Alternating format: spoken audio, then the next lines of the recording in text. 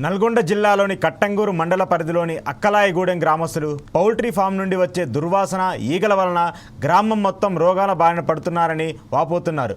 అదేవిధంగా పౌల్ట్రీ చుట్టుపక్కల పొలాలకు ఈగలు దోమల వలన అనేక రకమైన పంట రోగాలు వస్తున్నాయని అంటున్నారు. దీనిపై మరింత సమాచారం మా నల్గొండ ప్రతినిధి శంకర్ ఫేస్ టు ఫేస్.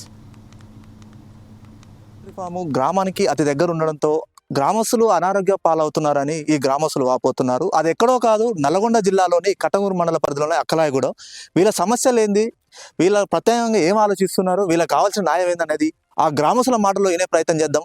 చెప్పండి అన్న, ఏంది మీ సమస్య?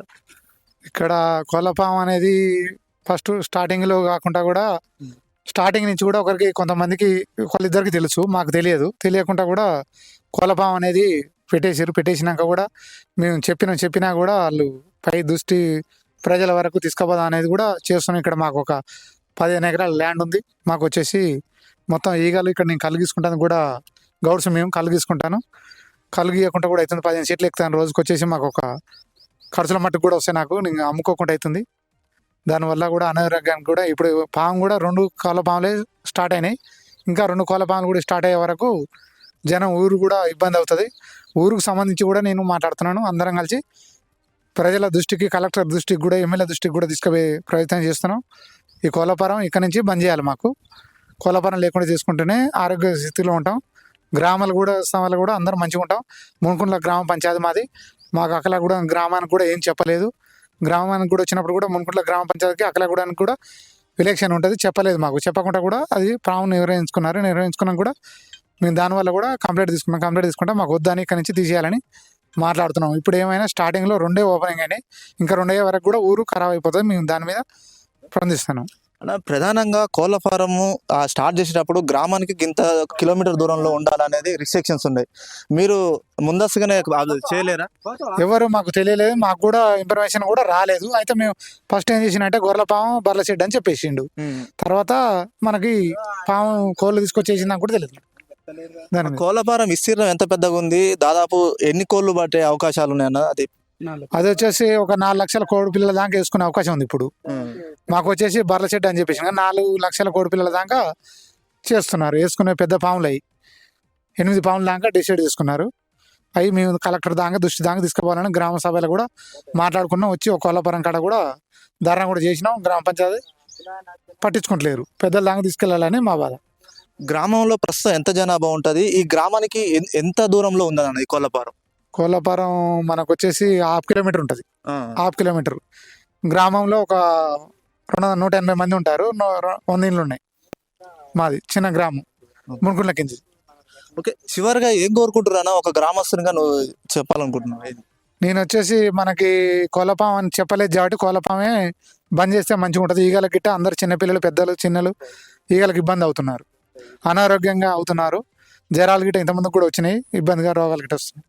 ఓకే, మరికొంతమంది గ్రామస్తులు ఉన్నారు, వాళ్ళని గిట్ట అడిగి తెలుసుకునే ప్రయత్నం చేద్దాం.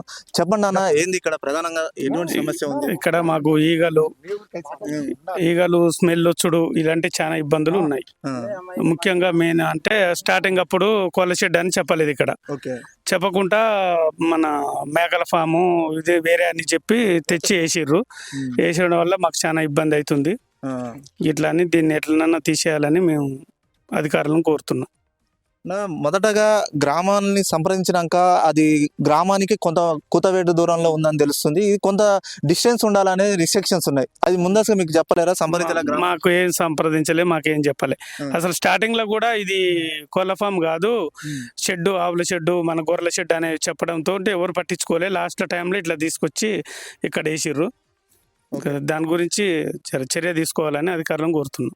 ఓకే, ఇప్పుడు ముఖ్యంగా ఇక్కడ ఈగల సమస్యనా ఇంకా ఏం సమస్య ఉందన్న? వాటి వల్ల ఎటువంటి ఇబ్బంది ఎదుర్కొంటున్నారు? ఈగల సమస్య ప్లస్ స్మెల్ రావటం, ఒక వైరస్ లెక్క ఒక రోగం, జబ్బులు, అలాంటి సర్ది, దగ్గులు అలాంటి రావడం చాలా ఇబ్బంది అవుతుంది. ఓకే, చివరిగా మీరు ఈ కోళ్ళ ఫారం నుంచి కానీ ప్రభుత్వం నుంచి కానీ అధికారుల నుంచి ఏం ఆశిస్తారు, ఏం కోరుకుంటారు ఒక గ్రామస్తులుగా మీరు? మాకు ఏ డిస్టర్బెంట్ ఉండొద్దు, మాకు ఇక్కడ షెడ్ వద్దు. మెయిన్ అనేది మేము షెడ్ ఇక్కడ వద్దు, మాకు ఆ స్మెల్ వస్తుంది. ఇప్పుడు ఇక్కడ 4 లక్షల కోళ్ళపాము కెపాసిటీ, 1 లక్ష దే ముందుకే ఇంత స్మెల్ వస్తుంది. రేపు 4 లక్షలు మొత్తం తెచ్చినాక పరిస్థితి ఎట్లా ఉంటుందో మీరు ఆలోచించండి.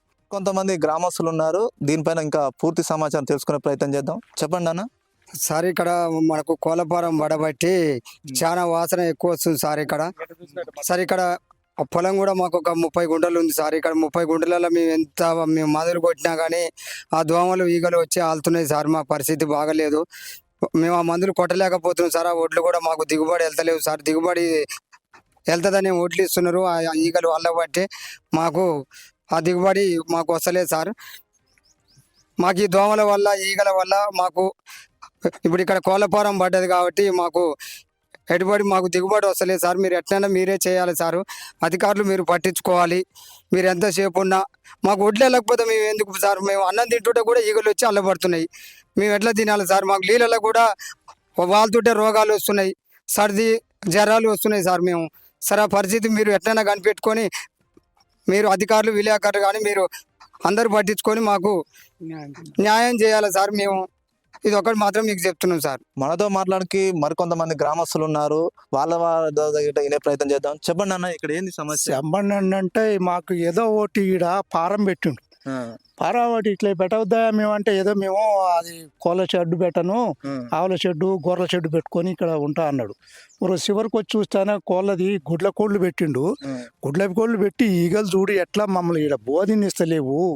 ఇంటికాడికి పోతే ఈగల మోత బయటకు వస్తేనో మొత్తం వర్షేనంతా పొట్ట మీద ఉన్నావు ఈగంతా ఆలి అంతా ఖరాబ్ అయింది. వీకనే ఖరాబ్ అయిపోయింది వర్షేనంతా.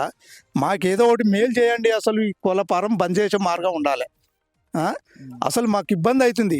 ఏదో ఒకటి మళ్ళా అప్పుడు ఏమన్నాడంటే నేను కోళ్ళపారం పెట్టను, కోళ్ళ షెడ్ నేను పెట్టను, గొర్రెపేడు పాము పెట్టుకుంటా అన్నాడు, ఆవుల పాడు పెట్టుకుంటా అన్నాడు. చివరికి వచ్చి 4-5 అంతస్తులు కోళ్ళపారం పెట్టిండు. మాకు గాలి వాసనకైతే ఇంట్లో ఉండవ సమస్య లేదు. మరి అది ఏంది? ఆయన ఎన్నో ఏసీలో పండుకొని మమ్మల్ని చంపేది ఏంది? అవును సార్, మమ్మల్ని ఆయన ఎన్నో ఏసీలో పండుకొని మమ్మల్ని చంపేది ఎందుకు? ఆయన ఇంటి పక్కన పెట్టుకుంటాం, అక్కడ ఆయన పెట్టుకోవాలి. వచ్చి మా దగ్గరకు వచ్చి ఈడ పెట్టి మమ్మల్ని చంపితే ఎట్లా? ఆయన ఎప్పుడు కనపడతలేడు అడుగుదామంటే 2-3 రోజులు చూసి ఆడ కోళ్ళ బెడ్ బంద్ పెడతాం. మా ఊరోళ్ళు అంతా ఐకమత్యం కావాలి.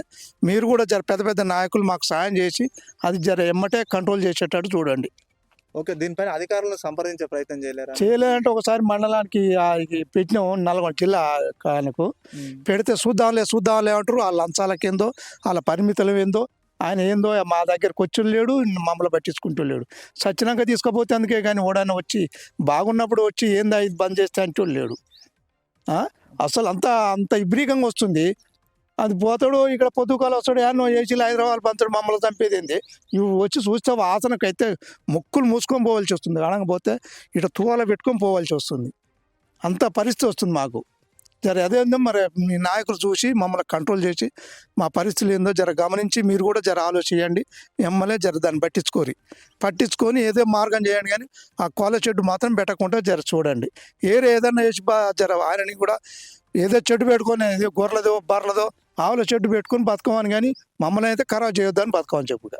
చూశారు కదండి, ప్రధానంగా ఇక్కడ గ్రామస్తులను సంప్రదించకుండా ఈ యొక్క కోళ్ళ ఫారం మొదటగా బర్ల షెడ్ అని చెప్పి గ్రామస్తుల నుంచి సమాచారం తెలుస్తుంది. తర్వాత ఇది కోళ్ళ ఫారంగా తీర్చిదిద్దారు. దాదాపు ఇది 4 లక్షల కోళ్ళ వరకు ఇందులో షెడ్ నిర్మాణం ఉంది. ఇప్పుడు ఒక షెడ్ ఓపెన్ అయితేనే భారీ ఎత్తున ఈగలు వాసన రావడంతో గ్రామస్తులు అనారోగ్య పాలవుతున్నారు అని ఈ గ్రామస్తులు వాపోతున్నారు.